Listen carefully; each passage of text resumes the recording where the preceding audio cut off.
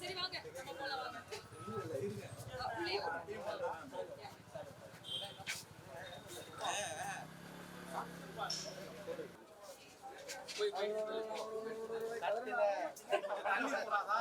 நம்ம போலாம்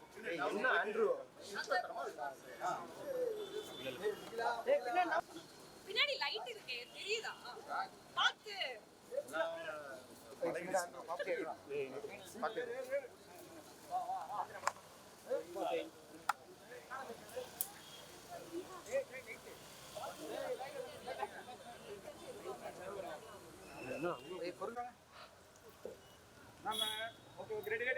ஸ்ட்ரைட்டா பாருங்க சார் ஸ்ட்ரைட்டா ஸ்ட்ரைட்டா கொஞ்சம் பாருங்க ரெடி பண்ணலாமா சார் இங்க பாருங்க டைரக்ட் வச்சு நம்ம எடுத்து போவோம் இங்க பாருங்க சரியா அது ஓகேவா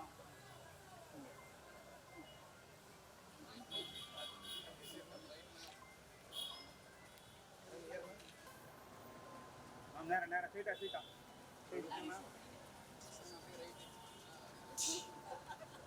மேம் ஸ்ட்ரைட்டா மேம்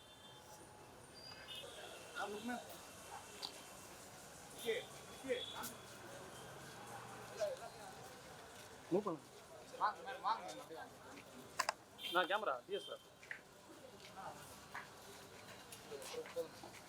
அந்த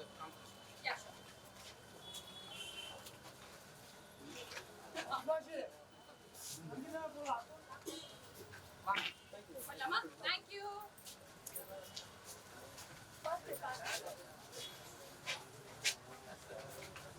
ஸோ ஆரம்பத்தில் சரவணன் மீனாட்சியில் பார்த்த அந்த சாஃப்டான க்யூட்டான ரச்சிதா மகாலட்சுமின்னு நினச்சிங்களா? ரச்சிதாடா அப்படின்ற அளவுக்கு ரக்கடான ஒரு சூப்பரான பர்ஃபார்மன்ஸை கொடுத்துருக்காங்க. இந்த படத்தில் மட்டும் இல்லை, எப்போ அவங்க வந்து வெளித்திரையில் கால் பதிச்சாங்களோ அப்பத்துலேருந்து ஒவ்வொரு படத்துலேயும் ஒவ்வொரு விதமான கதாபாத்திரங்கள் தேர்ந்தெடுத்து நடிச்சிட்ருக்கீங்க. வாழ்த்துக்கள். ஏன்னா ஒவ்வொரு படத்துலையும் வித்தியாசமான உங்களுடைய நடிப்பை வந்து பார்க்க முடியுது. அந்த வகையில் இந்த படத்துலையுமே எக்ஸ்ட்ரீம்லேயுமே சூப்பரான பர்ஃபார்மன்ஸை வந்து நம்ம கொடுத்துருக்காங்க. ஸோ படங்களில் வந்து பர்ஃபார்மன்ஸ் கொடுக்குறது மட்டும் இல்லாமல் ரியல் லைஃப்பில் வந்து யங்ஸ்டர்ஸுடைய இன்ஸ்பிரேஷனாக நீங்கள் இருக்கீங்க. உங்களை பல பேர் ஃபாலோ பண்ணிகிட்ருக்காங்க. மிக சிறந்த வாழ்த்துக்கள். மிக சிறந்த நடிகை ரச்சிதா மகாலட்சுமி அவர்களை பேசுமாறு அன்புடன் அழைக்கிறோம்.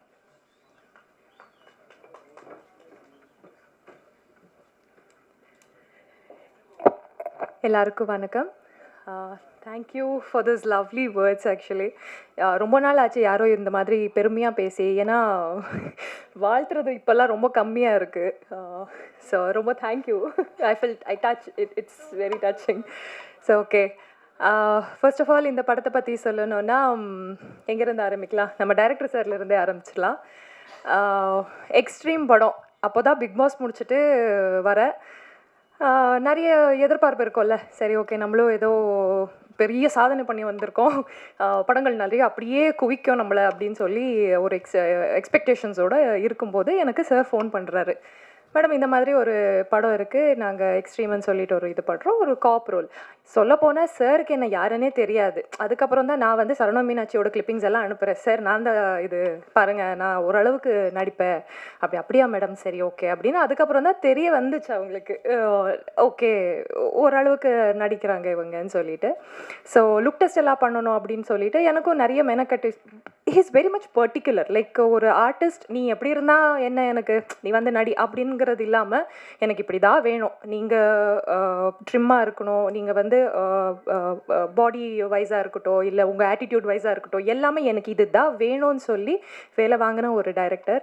ஸோ ரொம்ப சந்தோஷமாக இருந்தது அவங்க கூட ஒர்க் பண்ணுறதுல. அண்ட் இந்த படத்தில் மெயினாக நான் ரொம்ப வியந்து பார்த்ததுன்னா சிவம்.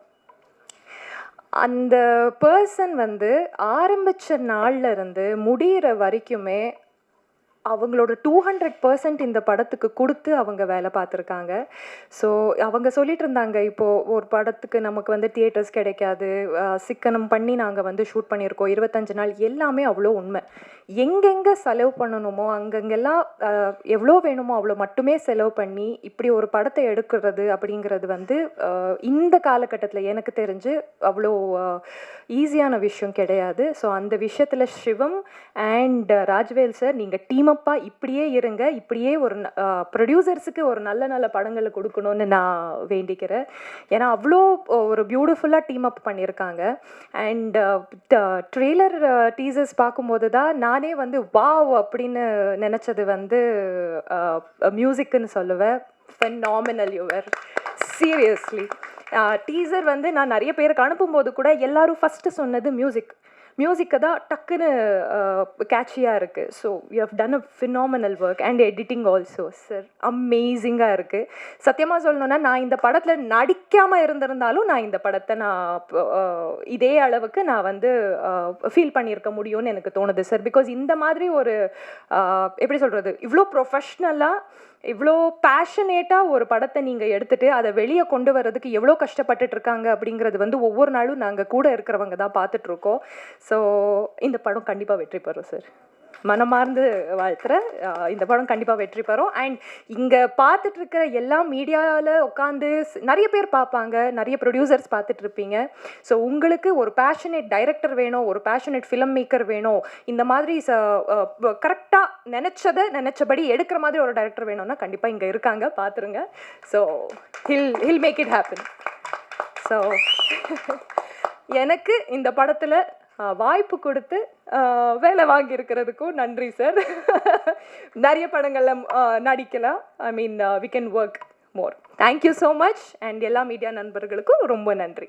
இந்த படத்தை பற்றி நிறைய நீங்கள் தான் சொல்லணும். பிகாஸ் இப்போ வந்துட்டு இருக்கிற படங்கள் வந்து நல்லா இல்லை, பெரிய பெரிய பட்ஜெட் படம் வருது, நல்லா இல்லைன்னு சொல்லி ஃபீல் பண்ணுறதை விட இந்த மாதிரி ஒரு சூப்பரான ஒரு படத்தை பார்த்துட்டு நீங்கள் சாட்டிஸ்ஃபேக்ஷனோட போகலாம். ஸோ இந்த மாதிரி படத்துக்கு நீங்கள் வந்து சப்போர்ட் பண்ணுங்கள். தேங்க்யூ, நன்றி. உண்மையாகவே நல்லா இருக்குது. ஒரு நான்-லீனியர் சப்ஜெக்ட். அந்த நான்-லீனியர் சப்ஜெக்டை வந்து கொஞ்சம் நீங்கள் எக்ஸாஜரேட் பண்ணி எழுதினாலும் ஓகே, இல்லை நீங்கள் உங்கள் ட்ரெய்லர் பார்த்த உடனே உங்களுக்கு தோணுன விஷயம் நீங்கள் எழுதினாலும் ஓகே.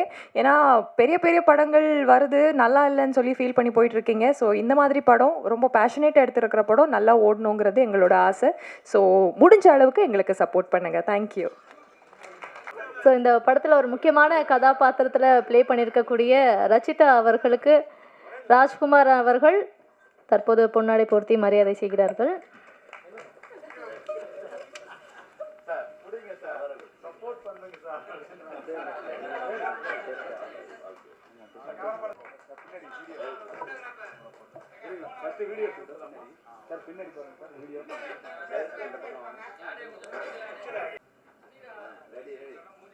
வீடியோ